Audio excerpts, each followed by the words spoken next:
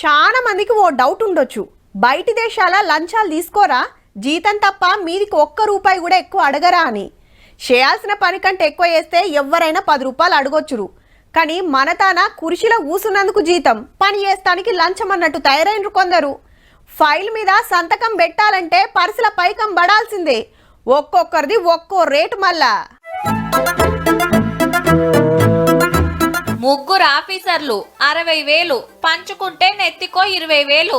నీ గీంత దానికే ఏసీబీకి పట్టిస్తారా అని ఎంత ఫీల్ అవుతుండ్రో పాపం. ఇంతకు గీసారి ఎవరనుకుంటాన్రు?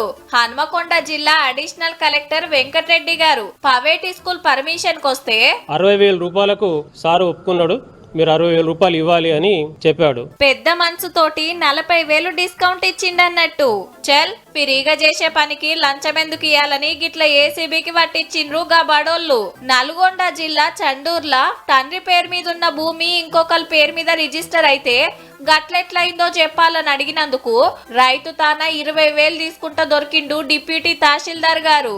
మంచిర్యాల జిల్లా కన్నెపల్లిలా ఇందిరమ్మ ఇంటికి బిల్లు శాంక్షన్ చేస్తానికి గ్రామ కార్యదర్శి గారి లంచం 5,000. ఇక మొన్న హైదరాబాద్ లో land records AD Srinivas sir ఇంట్లో పుణుకులాడితే 100 కోట్ల ఆస్తులు బయటపడే. ఇట్లా ఒకరా ఇద్దరా ఎవ్వలకు చేతనైనంత లాలు కమాయిస్తున్నారు.